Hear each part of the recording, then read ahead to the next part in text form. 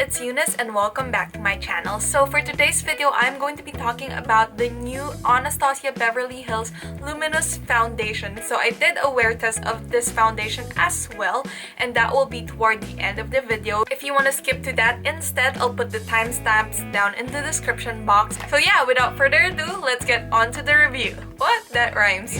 So the new Anastasia Beverly Hills foundation has a luminous radiant finish. It is a medium coverage foundation, and as soon as I saw this foundation, I was like, I need to try that because I really love luminous dewy finishes for my dry skin. Like I said, I do have dry skin, so I try to stay away from matte finish foundations and try to incorporate more satin finishes or luminous dewy radiant finish foundation. But I do love a medium to full coverage foundation. Sometimes I use sheer coverage, but I really find myself falling more in love with medium to full coverage foundation. So that is what led me into purchasing the new foundation from Anastasia Beverly Hills, and this retails for $38. It has 1 fluid ounce and it does come in a glass bottle. You have the Anastasia logo on one side and the word foundation on the other side. This is totally subjective. Some people like it, some people don't like it. I honestly don't care for it. I mean, it's there. If I need like foundation, I can see, okay, that's foundation.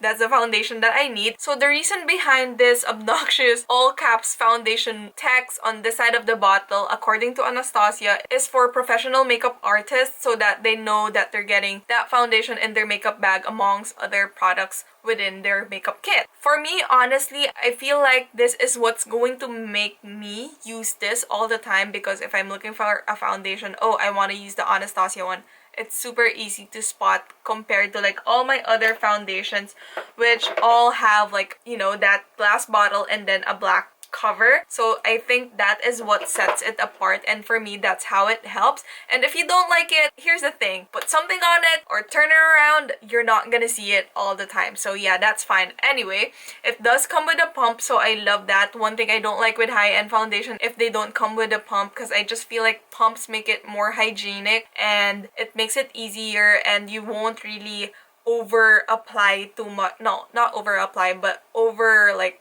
pour on your on the back of your hand, because that always happens to me with the Estee Double Wear. Other than that, this is just your typical foundation package, glass bottle, pump, cover, that's it. Then for the claims, it is vegan, gluten-free, and some people might think gluten-free, I'm not gonna ingest that, but if you're allergic to gluten and you apply foundation like on the side of your mouth, there's a tendency that the gluten in that foundation would go in your mouth and can cause some allergic reaction, because while gluten is not ingested by the skin, when you apply things or like products near your mouth, there's a high probability that you will ingest it through your mouth. So if you're allergic to gluten, you can definitely use this foundation because it is gluten-free.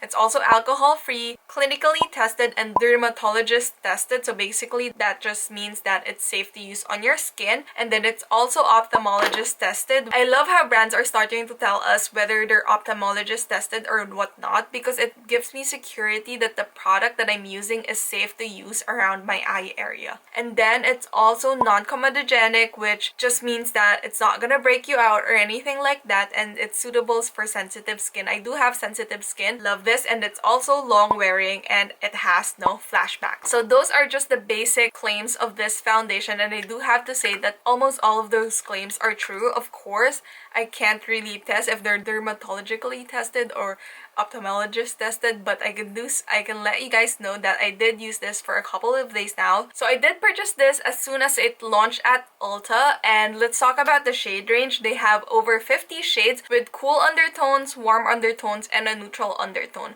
I do have more of an olive skin tone, and I am more on the neutral side. I have blue and green veins on my wrist right here. So if you have blue, you're cool skin tone. If you're green, you have a warmer skin tone. I do have both, so I recently discovered that I'm neutral skin tone. I used to always just purchase warm because I thought that my complexion was warmer, but apparently not. I'm more of a neutral undertones. So as a shade reference, I am a MAC NC40, and then I use the shade Sand on Too Faced Born This Way. I'll put all my other shades on different products down in the description box as well. In my initial application of this foundation, I was having a hard time because I couldn't decide between 355N and 320N. I decided to keep 320N because when I swatched this when I got home, I did test out 355N the first time, and that will be at the end of this video as well. I was actually comparing the Flower Beauty and the Anastasia foundation, and then I used 355N. Realized that it was a little too dark for my complexion. It was even darker than my Flower Beauty, which was already at the end of like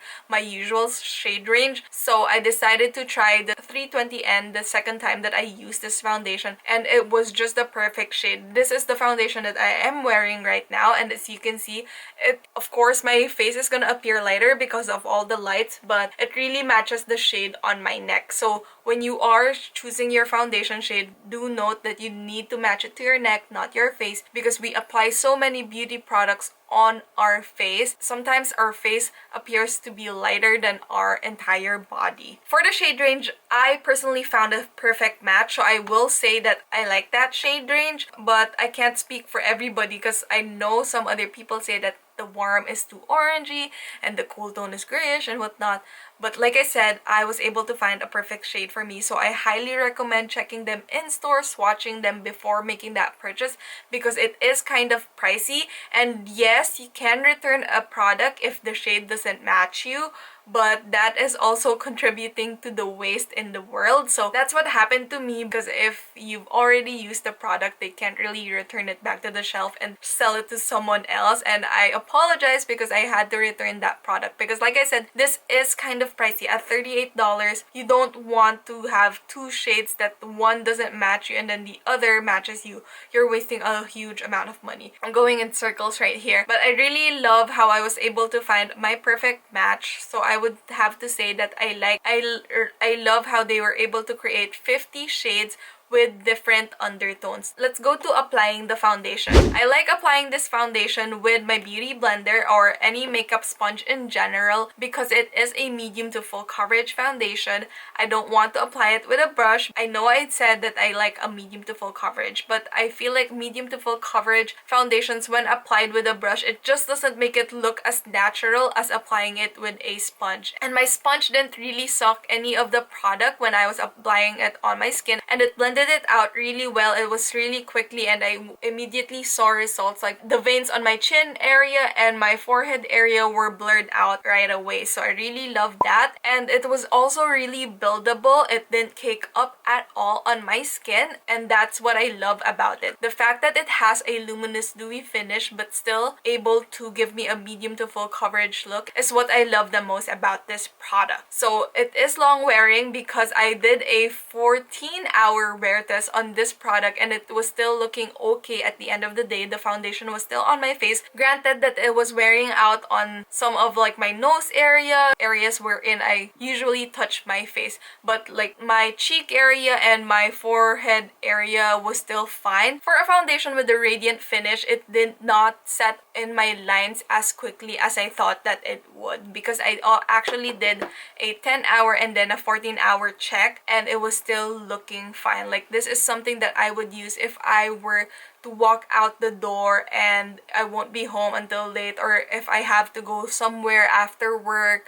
This is a foundation that I can trust that I will still look presentable and ready to take the day whenever needed. So yeah, that is it for the review part of the video. Basically, I love it for the money, $38, and for something that I can use on a regular day with a sheer coverage natural look, and then something that I can also build up for on a special occasion or going out but still have that radiant natural finish.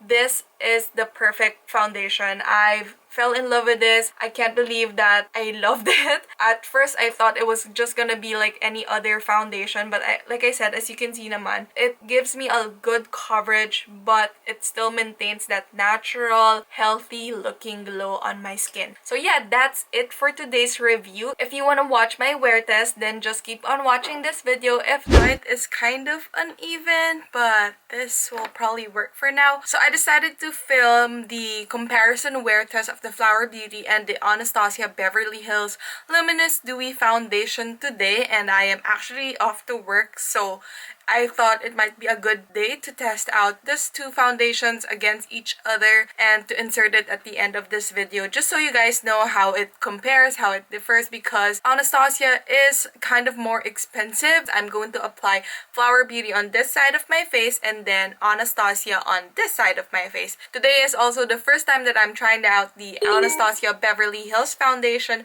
so yeah, let's go ahead and get started. So for primer, I'm using the Touch and Soul primer just because these are both luminous dewy finishes and I don't want to add any more dew to my face that might make it look too oily.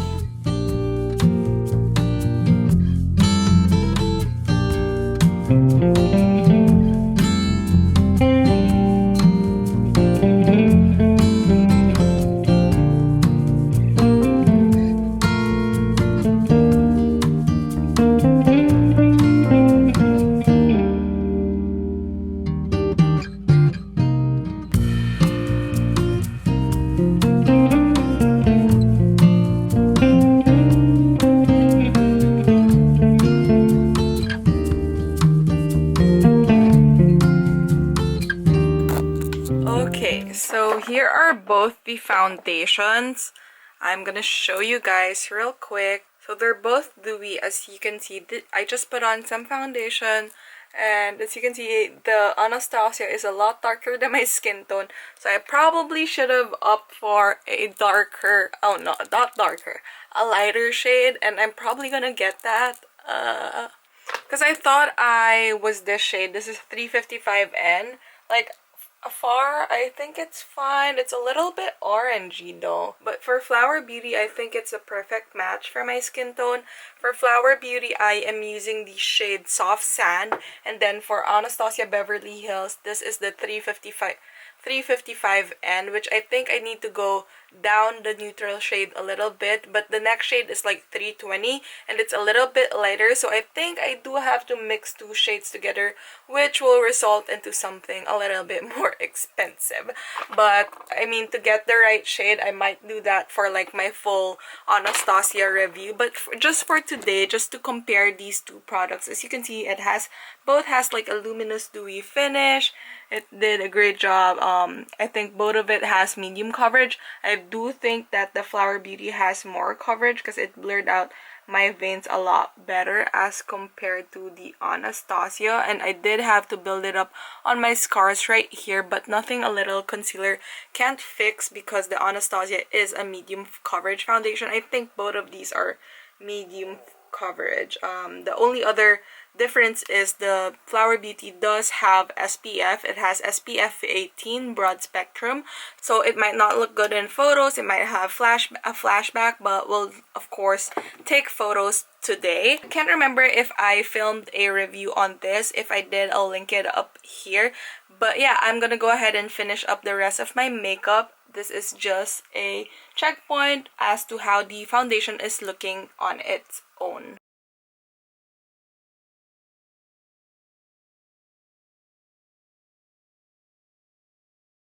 Hey guys, so I'm back home. It's been 10 hours since I applied my foundation, and I'm here to talk to you guys about like how it's looking on my skin and whatnot. So this side has the Flower Beauty Light Illusion Foundation, which retails for $9.99. This side has the Anastasia Beverly Hills Foundation, which retails for $38. So right off the bat, when I was looking at the mirror, I definitely see that this still has a lot of coverage. Like this part of my face, like I have a lot of veins there, and it's still kind of blurred. It's not too concealed, but it is kind of blurred, as opposed to this side with the Anastasia Beverly Hills foundation.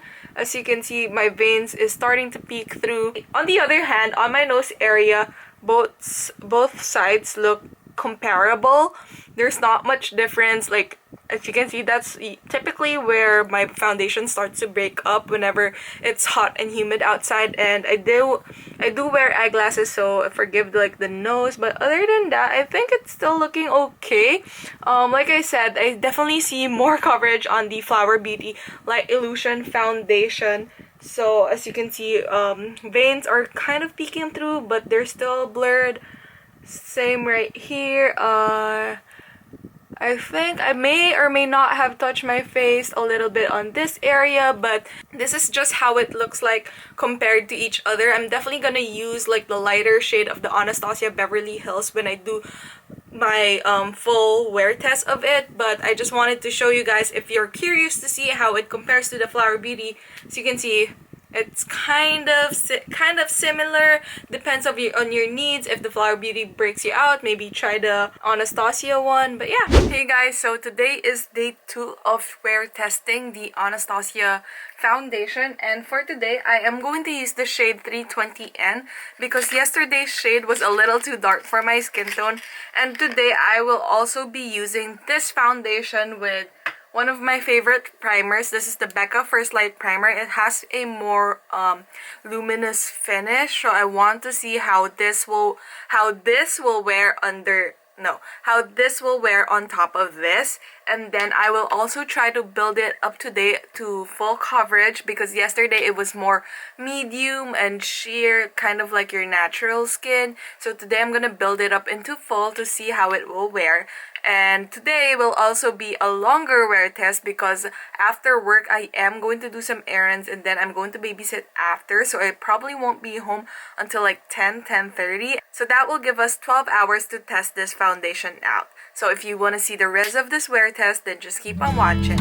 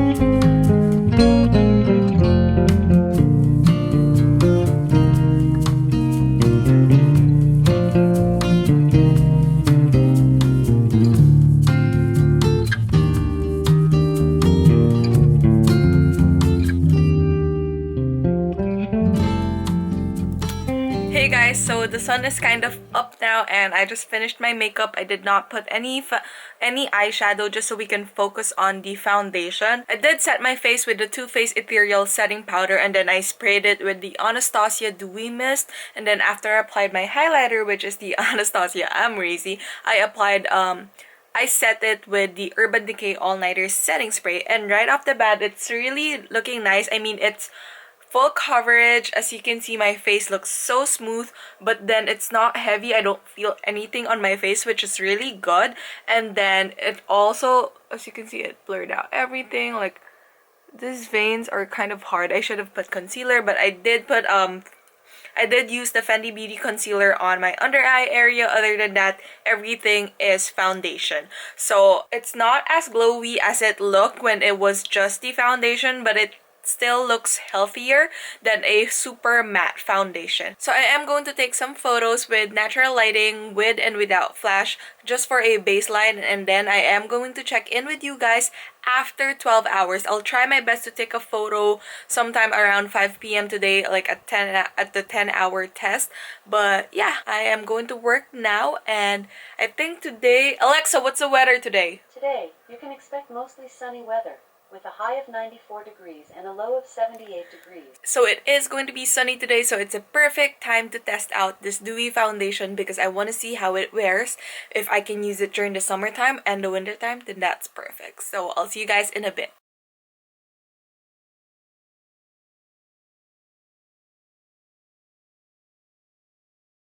Hey guys, so it's 5 o'clock now and it's been 10 hours since I applied my foundation, and I just wanted to check in with you guys. I know I said I wasn't gonna be able to check in until I get home, but I thought I'd show you guys how it's wearing on my face.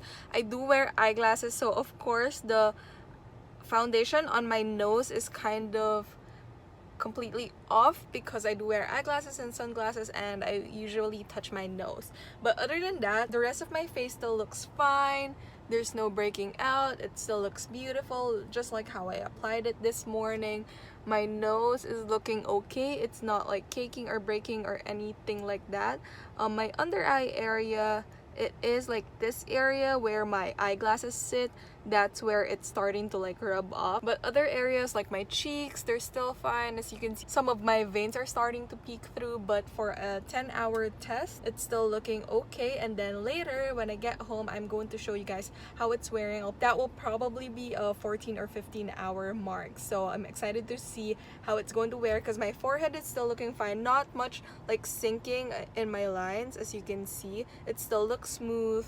Like this area, it's still looking good. For 10 hours on a 103-degree weather, this is looking okay. Hey guys, so it's Eunice. I am back and it's been 14 hours since I applied my foundation. So I'm going to give you guys my final thoughts about it, how it's wearing. And looking in the mirror, I can see that on my nose area, like this area right here, it's starting to gunk up, but from afar, it still looks okay, which is kind of good because if you're out, I don't think people will look at you straight like on your nose where it's kind of breaking up. But like I said, at that 10-hour check-in point, it was wearing really well. And at 14 hours, of course, the foundation is starting to wear off. So yeah, that is it for today's wear test. I'll see you guys back when I'm filming my review. Hey guys, so me again. I just realized that I haven't tested out the foundation without setting it with powder because it does claim that it's self-setting, and that if you have normal to dry skin, you don't really have to set it with powder. So that's what I'm testing out today. And I applied it with a brush all over my face, not wearing any concealer today, just so I can really test out not setting it with powder. So here is what it looks like applied with a flat top brush, and I used the Sigma flat kabuki brush. And then I'm just going to apply some bronzer and blush. I'll probably use like powder, bronzer, and blush. I want to set my T-zone just because I get so oily there, but I'm not going to just for the sake of this video. I really want to see how it wears throughout the whole day without setting it with powder. So if you want to see that, just keep on watching. Hey guys, so here is my finished makeup look. I just applied, I didn't even contour my face. I just applied some bronzer, used the Fenty Beauty bronzer, and then a blush. And then some highlighter. I used the Amrezy highlighter. And then I didn't really set my T-zone. I just put bronzer on the sides. But it's looking fine. I mean, it's not really bad. It's really dewy, hydrated. My under eyes, they're not that bad even though I didn't put concealer on them.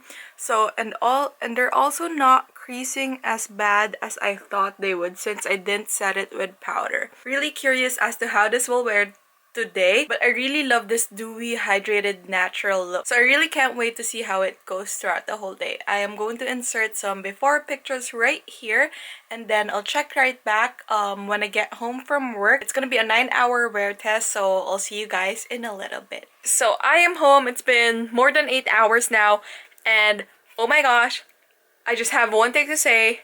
This did not work out at all. Foundation is, I mean, it's still kind of there, but if you look at my under eyes, not sure if that's appearing really well, but can you see all those creases? It was actually worse this morning like when I stepped out of the door. As you can see, it just sunk in all my lines. It's not looking great. I look so haggard. And do note that I do have dry skin, so I do believe you definitely need to set this foundation with a powder. I don't know if anybody has tried not using or not setting this with powder and it worked for them, but for me it really did not, especially in the warm weather. So I'm curious to see how this will work in the winter time. So I will probably try not setting it during that time, like when it's a lot colder, because today at this 90-degree weather, it's just not working out. So this is the last wear test for this video. If you like this video, don't forget to give it a thumbs up. If you've tried this foundation, comment down below what you think about it. If you plan to try it, comment down below as well. So yeah, hope you enjoyed this this format of a wear test. I really tried my best to like film and record every single time I tried the product. I mean, it's been a week since I got it and I'm really loving it, but I will really have to set it because as you can see, without setting it, it's not gonna wear as beautifully. You can use it, not set it, take photos, and then wash it off or like set it afterward or something. But for a whole day wear test, it's not gonna work out. So yeah, that's it for today's video. I'll see you guys next time. Bye!